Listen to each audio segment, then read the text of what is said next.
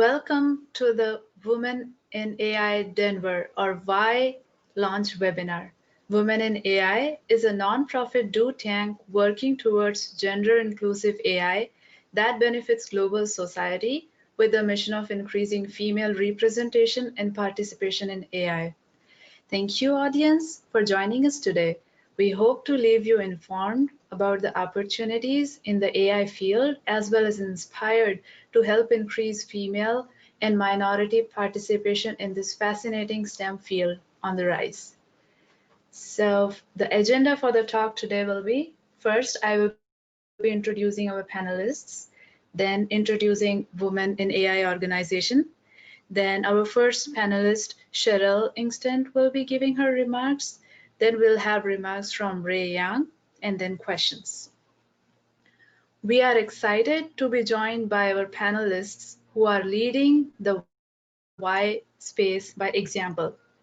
Our first guest today is Cheryl Ingstad, Director, Office of Artificial Intelligence and Technology Office. Cheryl serves as the Director of the Artificial Intelligence and Technology Office for the Department of Energy.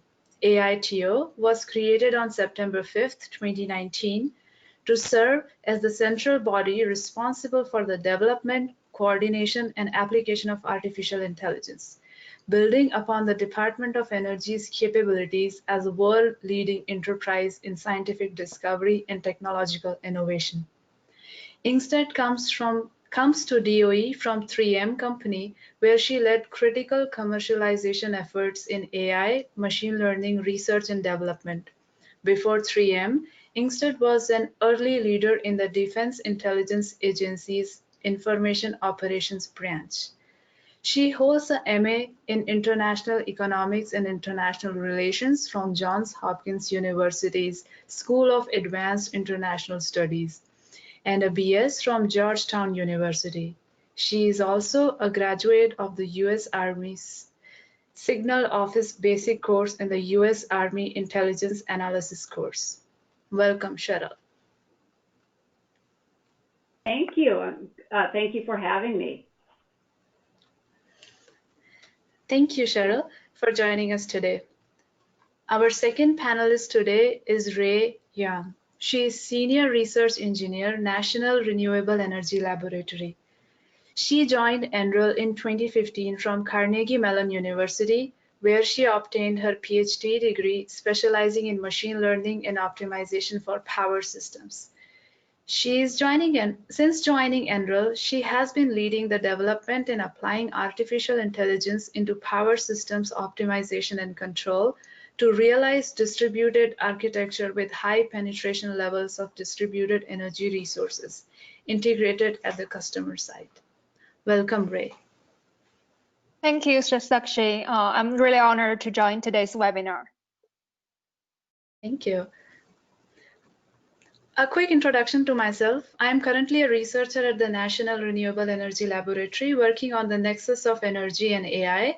In the past, I have worked as grid planning engineer at American Electric Power and currently hold a professional engineer license. I am a Carnegie Mellon University graduate too and serving as a lead for Women in AI's Denver chapter and hope to raise awareness and engagement of diverse talent in the field of AI.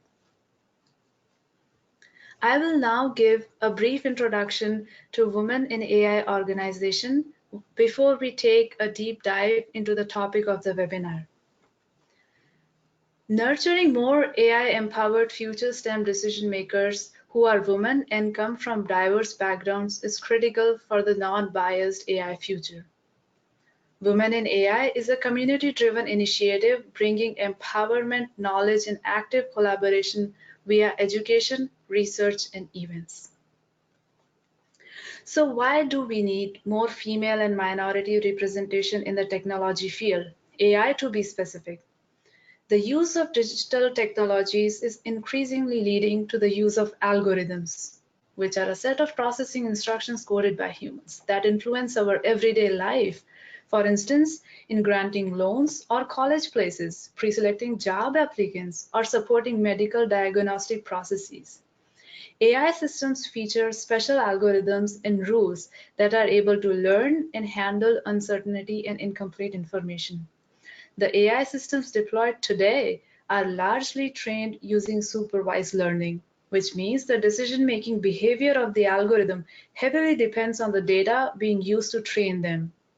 If the data is not sourced correctly, or in other words, is predominantly made of samples of male profiles, there is a problem.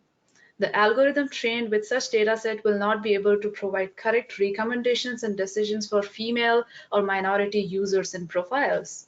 One such an example from recent past is the facial recognition systems. They were not able to detect black female faces. What if this facial recognition system is further developed to diagnose in skin cancer, for which accurate detection of skin color and its variants matter crucially?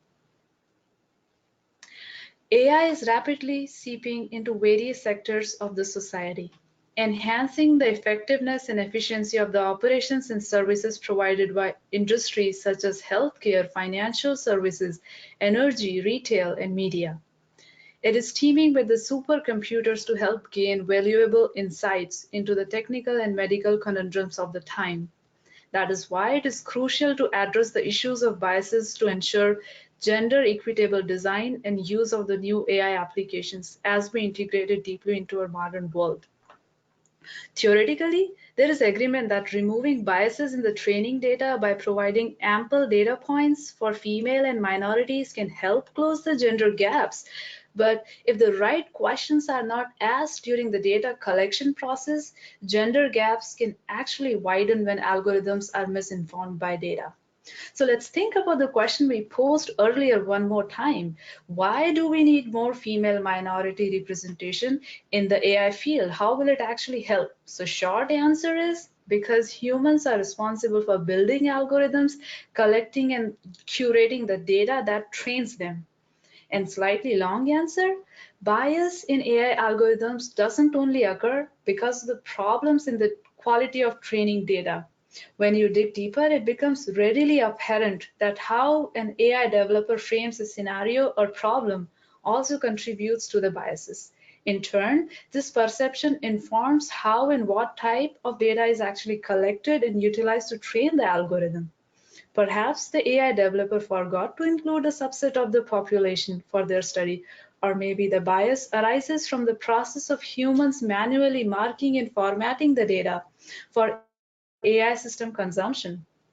Either way, by this point, it's likely that the bias will flourish with the repeated training over time and eventually degrade the decision-making power of the AI system itself, especially for female and minority users, due to the amplification of the bias which was injected in the beginning stages of the development.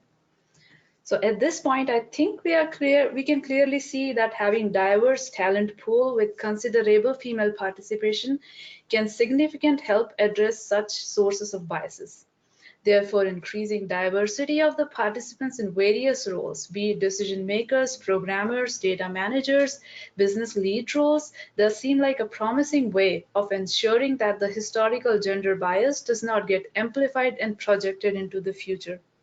But according to World Economic Forum, about 22% of AI professionals globally are female, compared to 78% of them who are male. These stats are not very different for overall STEM field participation of female workforce as well. That's why there is a lot of work which need to be done to fill this gap. And that's the point of the webinar we are trying to communicate to our audience. So as a note to our audience, please send your questions into the chat box as we go. Our panelists will take questions immediately after their remarks and also at the end of the webinar. With that, I invite Cheryl to please share her thoughts. Well, thank you. So I really a heartfelt thank you to Women in AI for the invitation to speak and to encourage women in their transition to an AI career. I would like to say that I strongly support the goal of Women in AI, which is to bring more women into this career field. I have made my own transition into AI, so I could also share that. But gosh, I wish we were all meeting together in person. I would love to see all of you out there and chat in the hallway between sessions. But until we can meet safely in the same physical space, I'm glad that we can participate in this virtual version. And I'd like to say that we have a big task ahead of us. I mean, women are only 28% of the STEM workforce and only 13% of the engineering workforce. And you know, that's just not good enough. And here at the Department of Energy, with strong support from Secretary Brouillette, we are working hard to promote STEM through education, through all kinds of workforce outreach, in supporting a diverse STEM workforce at our laboratories and here at headquarters. And I encourage you to visit our energy.gov/STEM website, and I think you'll be very impressed with the amount of programs that we have. We have many efforts to support 250,000 students in educational programs from K through 12, all the way through postdocs. It's really quite impressive. I encourage you to go on to energy.gov and just type in the search area the word women, and you'll see all the programs we have to support and encourage women in the technical fields as well.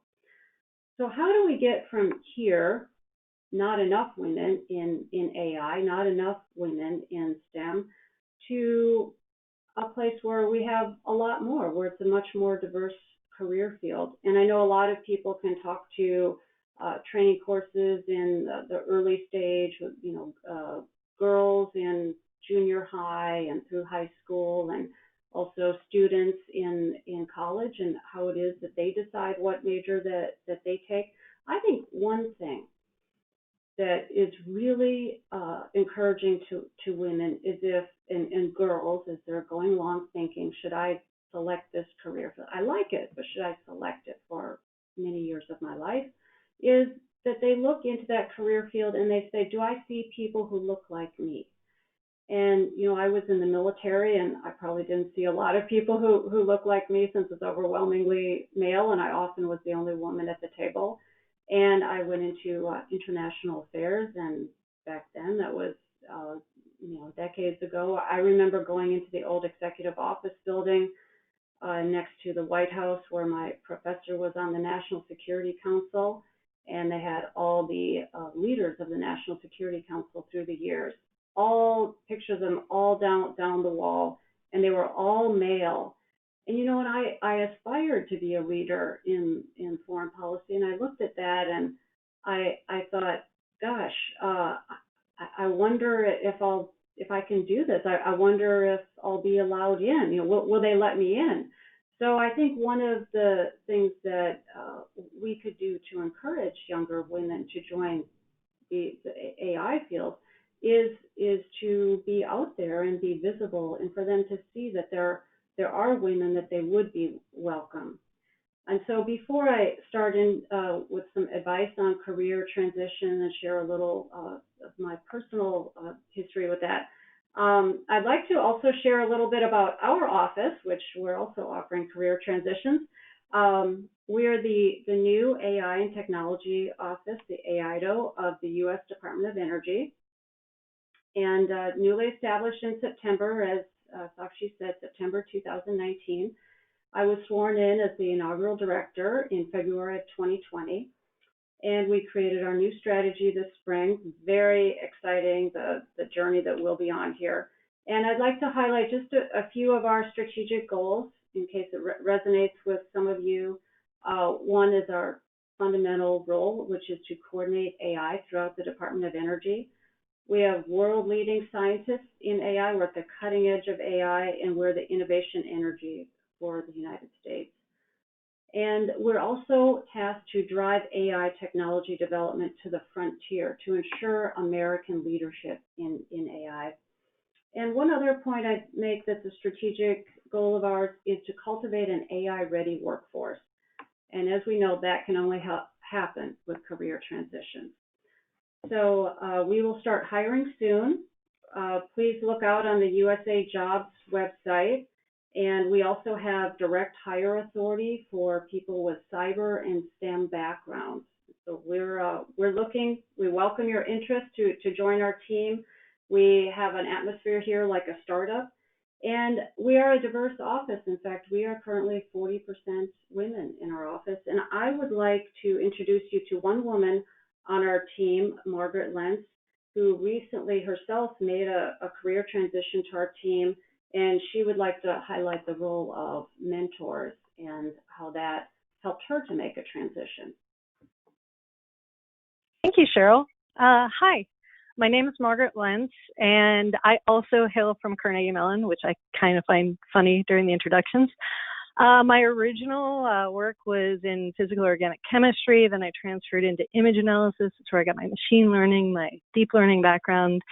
And then I decided to pivot into science policy, and I was doing a AAAS, a Science and Technology Policy Fellowship, and I got assigned to defense programs, which was not my original hope, but I was very lucky to identify good mentors and supportive leaders that allowed me to identify opportunities, because without those mentors that I had in defense programs, I wouldn't have been able to transition as easily as I did to this office. During the last few months of my fellowship, I literally just happened to walk into this new office that was forming, AITO, and we realized that my background clicked. One, it was hard to find women with this type of background, let alone recruiting them, and that I worked well with the people in the office, and it was just a great environment. But my previous mentor literally allowed and paid for me for 2 or 3 months to come and work with this office. And so without that type of mentorship and supportive leaders that, that allow you to build a support structure and find flexibility in what you can participate in, I'm not sure I would even be here, and lucky enough to work with people like Cheryl and the DOE with what we're doing. So I've found that to be a wonderful thing, and a key thing is identifying mentors to be able to propel your career. Well, thank you, Margaret. So I think that's a great example of how important mentors are, and I wanted you to hear that directly from Margaret on our team. And I'll talk about some other areas and things to consider when making a career transition. And I'm glad that she could cover the mentor aspect of that. So one thing, just a few points, and kind of here and there a couple of questions that one should ask oneself in making a career and transition. I've had several of them. My early degree was in international relations with a specialty in the Soviet Union. 2 years later, the Soviet Union no longer existed. So, I had to adjust to things like that. And then I've had about half of my life a career in the Defense Department and half in the private sector. So those are very major transitions. And so a couple of things. One, to start off with, make sure you're doing it for the right reasons, that you really like AI. And so that's a question to ask yourself. There's kind of career testing. I've done this in my life when I was doing my master's degree, took these type of career and interest tests. Ask your friends and colleagues. Ask them what they see you. Sometimes to get an outside perspective is really important. What kind of a job or career field or even organization that they would see you being happy in. And one short exercise that I think was very valuable is to look upon your own history, career history, and ask yourself, what were the 2 or 3 things that were just highlights? Like when you did those projects, let's say, or activities, you loved it, and you felt like you contributed a lot, and you really enjoyed it.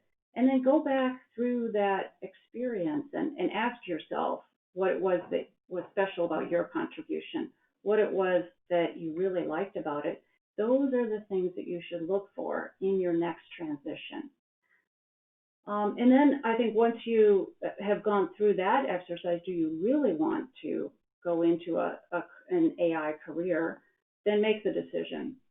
Nothing could be more important. Really be clear about making the decision, and let people know that you've made that decision, because then all the action and all the energy can flow after that. So make the decision. I did this during my master's degree. I had only my entire life, only a government career. And you may even call it a double government career because I was a reservist 1 week in the month, 2 weeks a year. And I was also a full-time Department of Defense employee. So, and that's all I had been my entire life. So to then make this monumental decision to go to the private sector was really a critical moment in my life there. So make the decision, and then all the action and energy can follow. And then tell people that you want to make this transition. And there are people that you might consider talking to, such as your supervisor, HR, networking organizations that you're a member of, friends, colleagues, and you might even seek in your present organization to take on an AI role, to take on an AI project that's maybe in an adjacent space or could somehow complement what you're doing right now.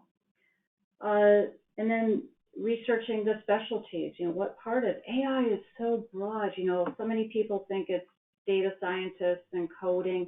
It's much broader than that. So look at what all the specialties are and decide where you would fit. Talk to people in AI, ask them where they think you might fit, what are all the options. And then, what education or experience is necessary, and then that's what you need to seek. And education, it could be a certificate. If you're younger, it could be a summer camp. It could be a short course, or it could be a degree. But these all offer you a chance to pivot, and it offers you a chance to show your next employer that, hey, I have enough interest that I took this additional education. I signed up for this course, and I did well in it. I know what I'm talking about. I didn't do it before in my life, but now an example of that is when I switched to the private sector. My master's degree was in international economics, but I only had one finance course, but I had an A in it. And I really stressed that in interviews with the private sector company that I knew that I could learn business because I'd had a corporate finance class and I got an A in it. So these are things you don't have to. I didn't have an accounting degree, but I could show that I could learn it. So something that gets you partway down the path where you show to some degree you could learn it, and that you can credibly say that to a potential employer. And then I would say networking organizations. So seek membership in networking organizations. They can have a wealth of information for you just to learn and to study available in some of these organizations. People that you can meet and make introductions for you, people who could become mentors. And then there's work to be done in these organizations too. You can develop very good relationships through the committees and boards that they have within the networking organizations. So that's some advice that I would offer, and nothing to end with could be more important than this: to have courage. So believe in yourself, get set on the path, follow through on your plan, and have courage. Be courageous as you go out there. It will not always be easy. You will not always get the openings that you may want. Things happen over time. And so stay engaged and keep believing in the goal that you want to achieve. And thank you for this opportunity to speak with you, and happy to address any questions. Thank you so much, Cheryl, for sharing your own powerful personal anecdotes and experiences. It's always inspiring to hear from someone who has reached such a stage in their career and they are authentically sharing the stories from their past. So thank you so much for that. And shedding lights on these important aspects of career progression, I'm sure our audience did find it very useful. And by the way, 40% female workforce is a very interesting stat. I learned about AITO, so that's great. And just wanted to thank Margaret as well for taking time to share her insights about the mentoring aspect of the career transition. A bunch of questions from the audience. I think we have time for 2 or 3 at this point. I will read them. So what are some of the non-coding specialties in the AI development teams? Oh, there are many. So there's project management, for instance, technical lead where you don't have to do any coding. In fact, you know, for instance, if we have a project where we have to integrate a technology into an overall solution, we need technical managers who can review what the technical solution is from a contractor and keep that on track and select among, you know, there may be 3 different technologies that we could integrate, which one. So there are many non-coding. Another one is data. You know, data is so fundamental and so important to AI. And so understanding how it is that we collect data, how do we store data, where is the data, who has access to the data, who should have access to the data, how could we get more of that data onto a data platform where it can be shared, where which groups would benefit the most from having access to that data, how do we prioritize these data sets. That's a really critical AI area, just working in data, and you do not have to be have any coding experience to become a real expert in that area. Okay, next question. What would you say are the best resources for transitioning in the AI industry, especially if you don't have an experience in AI? And apart from mentoring, what are the resources we can utilize? Well, I think that's back to a lot of networking organizations. So, you know, women in AI, there are a variety of women in technology organizations, some of which are local, some of which are regional and across the U.S. and international. And they have summits and symposia. There are military-related organizations and governments such as AFCEA. I'm a member, a long-time member of AFCEA. So CompTIA is another organization in the cyber area. So yeah, and numerous other organizations which offer courses, symposiums, and so forth. Okay. Next question, probably the last one in the interest of time today. How are the opportunities at AITO for international students? You know, that I would have to check into what for international students. I don't know yet for our human capital office what type of categories, whether we'll have international student opportunities. So I'll have to check into that. Okay. There are some other great questions, and we can take them toward the end of the webinar, and which includes the website reference again. So that's been asked, and we'll be showing that again. So thank you again, Cheryl, for taking time to share your experiences and insights with us today. And at this point, I will request Ray to please share her thoughts, and audience can keep sending their questions in the chat box meanwhile. Thank you. Yeah, thank you, Sakshi. Hi, everyone. I'm only 5 years after I got my PhD, and I don't have tons of experience really working in the AI domain. But today, I really appreciate this opportunity to speak in this webinar and share with you my personal story on how I landed a career in AI from a conventional STEM background. So as Sakshi mentioned that I'm actually an electrical engineer by training with the special focus on the electrical power systems. And if 10 years ago, if you asked me if I would ever think to take a career in AI, I would probably laugh at that idea and answer that AI is not my thing. But now my research has been focusing on using the AI technologies to solving the power system problems and the challenges. Still, I do not consider myself as an expert in AI, since my knowledge in AI only scratches the surface. However, I do enjoy bringing the emerging technologies in AI to solving the real-world problems in the electric power systems. So today, I'd like to take you through the journey on how I made the transition and why I think the STEM backgrounds are actually very valuable when building up a career in AI. So when I did my undergraduate study in college, which was 15 years ago, my program was mainly focused on electric power systems. And I studied the full spectrum of the power grids, from the single device, like generators, transformers, to the whole system, like the power grid, from the low voltage circuits to the ultra high transmission lines, as we are building in China right now, and also from the millisecond dynamics to the macro time scale analysis. So covering all spectrum of the power system. So I enjoyed most part of my curriculum, though there was one thing I did not like particularly.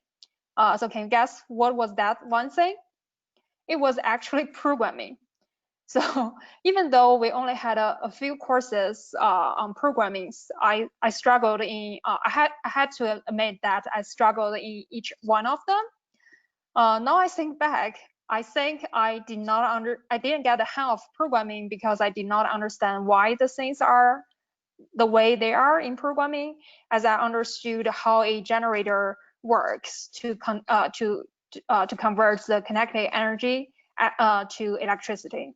So no wonder at that time, I never thought to step into AI, and as AI was often tied with computer science and programming, which I thought I was not good at all. So during my undergraduate study, I got so fascinated about the electric power system. We know that the electric power system is considered as one of the most complex man-made systems.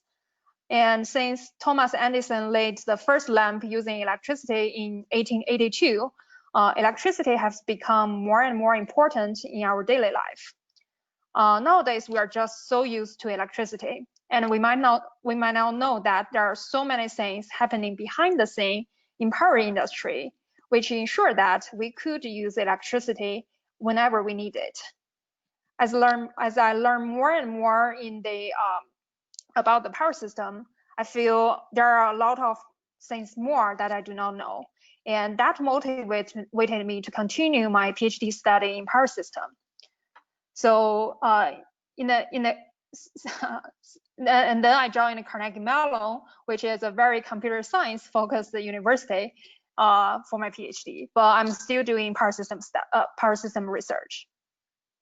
So in the early years of my PhD, my research was still focused on the traditional power system operational issues, but with a modern twist, brought by the increasing penetration of the variable and uncertain renewable energy resources. Since these resources are clean, but on the other end, they are variable and uncertain, it brings a lot of challenges to the current power system operation and the planning schemes, where there are tons of issues we need to address before we can really reach a very high penetration of the renewable energy resources, as outlined in the goals in the next 10, 20 years. So at that time, I was looking into a problem on how to optimally control a type of power electronic devices so that the currents and the voltages in the power system can be regulated to supply the electricity as needed. So the problem is very similar, like controlling the water flows to supply the water demand in our houses. So this problem could be solved using more traditional technologies like optimization, but the issue is the optimization problem involved with this type of power electronic devices could be very complicated, and we cannot solve it very efficiently. So that means when you spend a couple of minutes of solving this optimization problem, and once you get the optimal solution, actually the power system already moved to a new operating point, so that the problem, the solution you find like 5 minutes ago was no longer optimal. So it's basically a waste of calculation. So in order to solve this issue, I've tried a couple of different methods, and finally I came up with an idea. So basically, the problem I'm trying to solve is I need to find the optimal control set points of those power electronic devices, given the changing conditions of the power system, which are governed by the complex physics laws. So I asked myself at that time, so why not just build a regressor, which can actually learn the relationship between the inputs, which are the conditions of the power system, and the outputs, which are the optimal set points of these devices. And to solve this issue, to build this regressor, we probably do not need anything very complicated or very fancy. So I tried a couple of different simple techniques, like a multiple linear regression method or a simple neural network with only one hidden layer in that. So after I did some experiments, I find the regressor built through these machine learning technologies actually turned out to work very well and can provide the set points very close to the true optimum, but it was a lot faster than the conventional optimization methods. And this success gave me the feeling that, okay, maybe I can leverage some of those technologies in the machine learning and AI to really bringing that into the power system. So that was my first attempt of employing a machine learning technology in power system. Since then, I began to see the beauty of the machine learning and AI and appreciate the potential of using them to solve the real world problems in power system. So although I had some experience, but which I admit rather limited experience in AI during my PhD, even I spent my PhD at Carnegie Mellon. So my transition from a pure power system engineering background to a more multidisciplinary research area of bridging AI and power system actually started with my work at NREL. So at National Labs, we are not only conducting fundamental research, publishing papers, but also we are so thrilled to see the technology we developed being adopted in the real world. Since I joined NREL, I've been thinking about what are the pressing matters we need to solve in current power systems, and what I can do to contribute to the field. And I came up with this. So we know that we now live in the big data area. So large amount of the data have been collected, processed, and utilized in our daily life. So when you browse, when you are using browsers, your browsing history are being collected. When you are using social media, that data are also being collected. And also your electricity consumption from your houses are also being collected. So there are a lot of data, large amount of data have been collected in our daily life. So power systems are experiencing the same change. So increasing amount of heterogeneous data from the variable resources, such as weather resources, customers, grid sensors, are now being collected. But and also it offers the big opportunities to better manage the energy systems. But the fundamental question is, can we fully utilize this data and create the useful information to benefit the power system operations and plannings? Basically, can we use this data for good? So that's what I am excited and I actually dedicate my work at NREL to be. So nowadays, my work has been focusing on blending the emerging technologies in the data science with the power system domain knowledge and develop data-driven solutions for the real-world power system problems. So just a couple of examples on what we have been doing in this field, especially leveraging our background in the STEM area, actually in power systems. So one example is we have been looking at how could we better forecast the variable resources like wind and solar, and also the power consumptions and the system conditions in power grids. So we can simply apply the state-of-the-art machine learning technologies like neural networks or deep learning into the time series data we got from wind and solar and demand. But it actually, so it can do a fairly good job, but we actually want to push it one step further by building the hybrid methods, which combine the physics-based models with the data-driven methods. And by using those hybrid models, we can actually further improve the forecasting accuracy, and also have the interpretation on how good those forecasts are. And another example on how the STEM background actually benefits employing the AI technology in the power system is, currently we have been looking at the data-driven methods to inform the power system decision making, and we can actually use the data to build the complex system models. So we don't have to write those differential equations, but we can directly use the data to build those models, and can further improve the computational efficiency of the algorithms. And we can directly use the data to inform the control. So like what I did in my PhD, where we just use the data, the grid conditions, and we can determine the optimal set points of some certain controllable devices in the system. So that is how I transitioned, from a pure power system engineer into a like multi-interdisciplinary research, blending both the AI technologies and the power systems. So I think, coming from a conventional STEM background and into the AI could actually be beneficial, can actually be beneficiary. Because in my perspective, AIs are like control and optimization. They are means to solve problems, and that those methods could be applied into different domains, like control and optimization techniques. And coming from a conventional STEM background will allow us to better understand the domain-specific problems, and we can further leverage the domain knowledge to tailor the general AI technologies to solve that specific problem. And so we are not just using black box models in the AI to basically throw our problem into it and try and error to see how good the performance are. We can actually use our knowledge to further improve the performance by blending the physics knowledge into that. I think that's a very big plus by bringing a conventional STEM background into the AI technology. And at last, I'd like to share a few tips for the transition from the conventional STEM background into the AI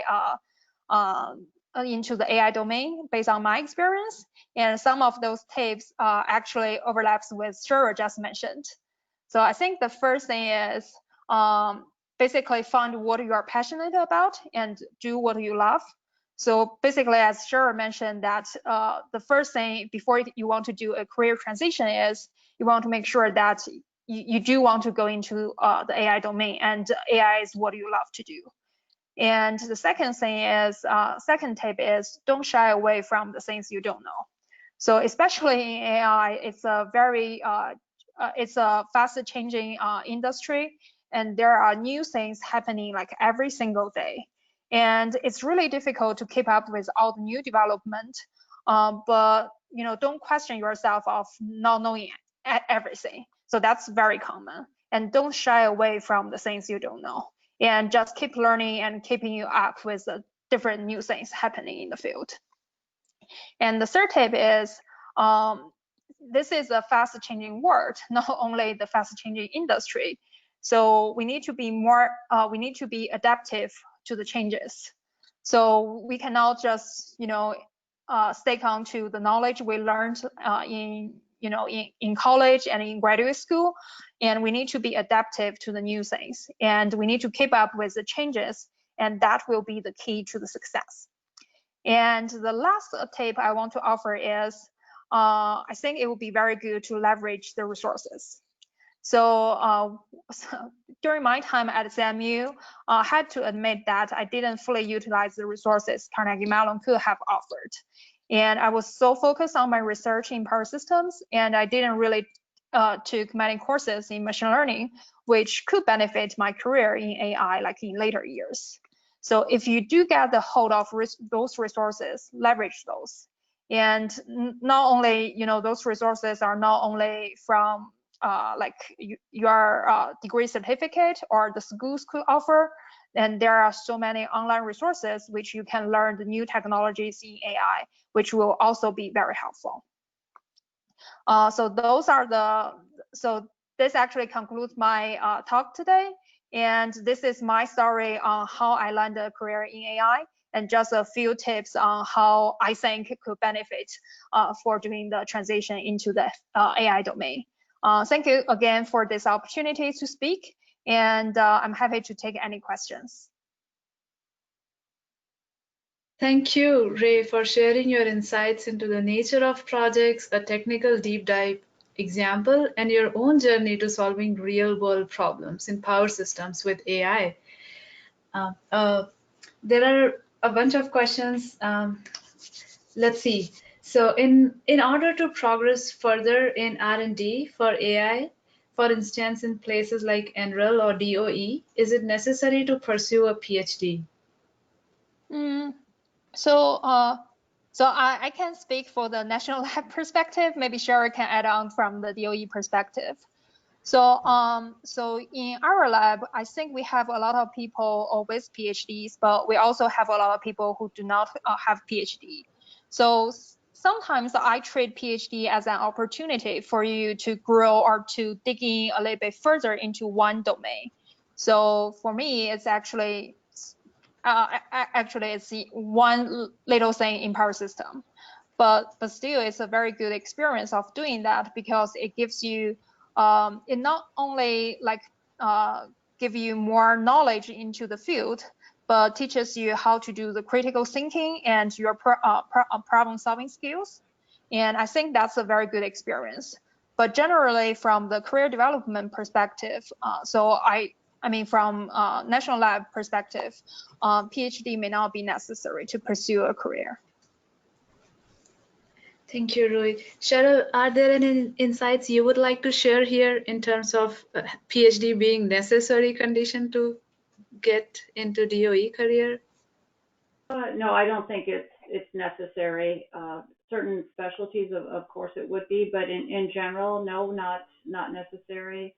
Not a requirement for our team. No.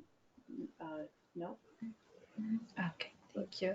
Yeah, I think, a lot of headquarters positions here in the program management functional areas, you wouldn't need a PhD. Oh, okay, thank you.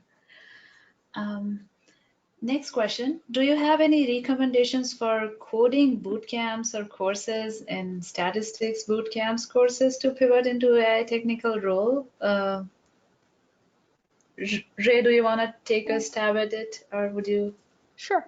So for myself, I actually took some online courses on machine learning and deep learning, and I also did some coding course on Python to enhance my skill on the programming side. So even I mentioned that in my undergraduate study, I was not good at programming at all. I think the main reason is I don't understand. So after several years into like power system, and we also rely very heavily on the numerical simulations, and I have better understanding of how the numerical algorithm work, and then translating that into the programming language like Python may not be that difficult. But for myself, I did take some online courses on that front.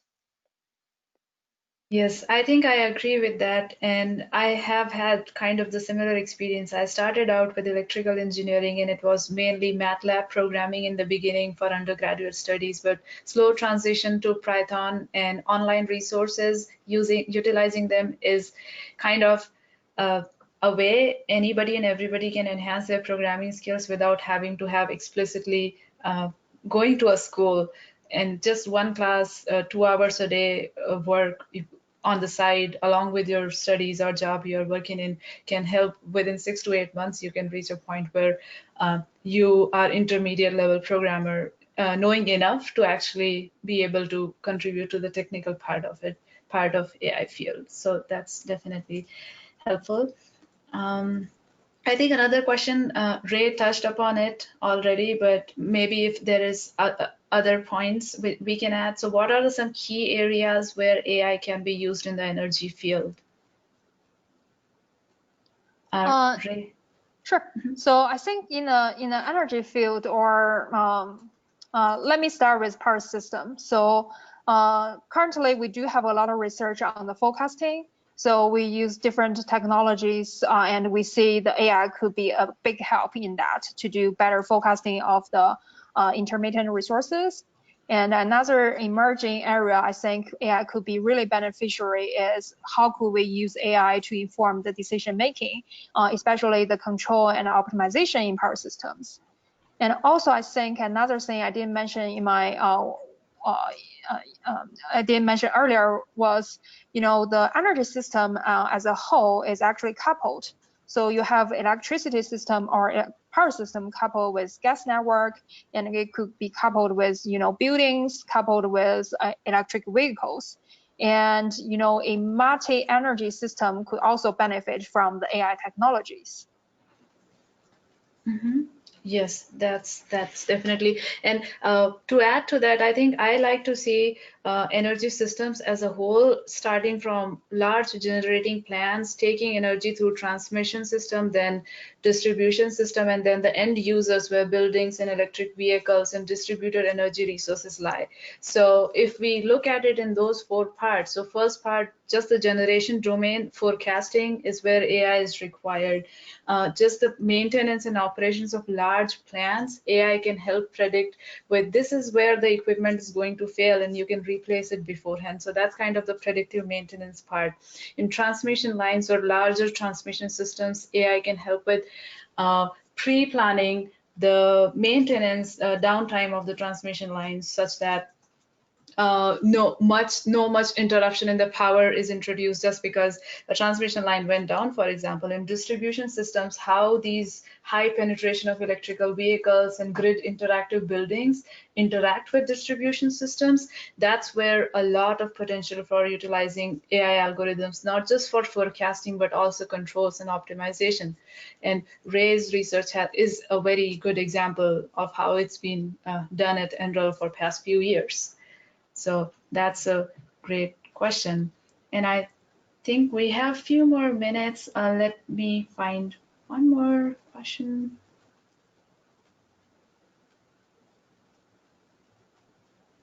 I think at this point, so the questions are a little bit repetitive, so I'm just trying to find the new ones as well. So can we please have the website reference again? Yes, so we will be happy to add it to the slide deck and it will be uploaded. And one question, I think this is an important one we should take, and Cheryl, your insights will be helpful. The importance of data and diversity was raised. The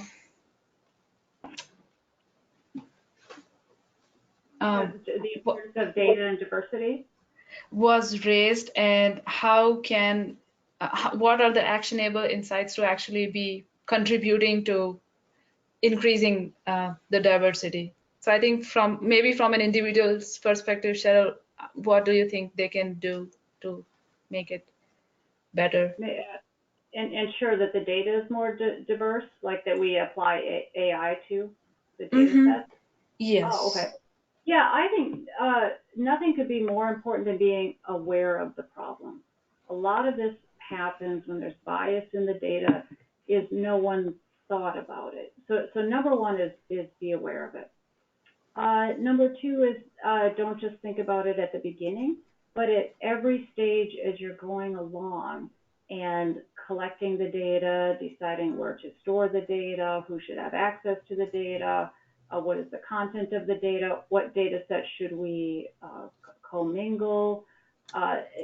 All along the way there at each step, continue to ask the question, how do we avoid bias? Do we truly have data sets here that are diverse enough for what we're trying to achieve? And so I think constantly asking the question along every step of the way is absolutely critical. and as a team evaluating it. And then it's important, back to who's on the team, and do we have people who really represent a diverse group. That's important, and that's why it's important to me to have a diverse workforce here. And more broadly, that's a shared goal with the rest of the Department of Energy leadership, is that we have diverse teams here. And so I think diverse teams looking at the data and constantly asking that question, do we have the right diversified data sets here and enough diversity represented before we start to apply AI and then maybe get some really wrong answers at the end of this. Mm-hmm. Yeah, that sounds like a great advice, definitely. So I think one point I noted that both of our panelists emphasized on was AI is a vast field. We can probably not learn everything about this field, but we can develop a specific skill set to contribute to it. And so it can be either optimization or data management or data security policies. Finding one niche and then growing skill set along that niche to grow further in the career might be a good entry point as well. And that takes me to the last question. Seems like audience wants to know, are there any entry level opportunities opening up at US DOE AITO? At Cheryl? AITO, yes, I would say entry to mid-level. Yeah, I mean, we're even planning to look for interns. So definitely all levels. Okay, thank you. So I would like to once again thank you, our panelists, Cheryl and Ray, for joining us today and for sharing powerful insights, personal anecdotes, and thoughts about pivoting to a career in AI from a conventional STEM background. As an end note, I just wanted to add that AI indeed is a powerful technological tool that can and is helping solve urgent challenges of our times. AI is rapidly penetrating various sectors of modern economy. While accuracy is a major factor of assessing the success of AI system, so is ethics, inclusivity, and humanity's diversity. By addressing these facets while developing algorithms, we will eventually reduce the exclusion overhead, biased coded gaze, and marginalization of minority groups. The fight for unbiased AI future has just started. No doubt, this will require participation from not just programmers, developers, researchers, but also legislators, regulators, and decision makers. Each of us have a role to play to improve the AI system's outcomes for all of the humanity. And this is a call to action, not just to young girls contemplating career choice or young women gearing up to pivot into AI field, but also their parents, colleagues, and mentors to encourage and affirm them to move forward in this field and help make a difference. I sincerely thank our panelists for joining us today, and I hope our audience took some actionable insights home. I would encourage the audience to check out WAI's website and energy.gov/STEM for more resources. With this, we are happy to thank you all for joining the inauguration of WAI Denver. Thank you once again, and the recording of this webinar will be available in the upcoming weeks, and participants will be notified with an email. Thank you. Thank you. Thanks. Thank you. Thanks. Bye-bye.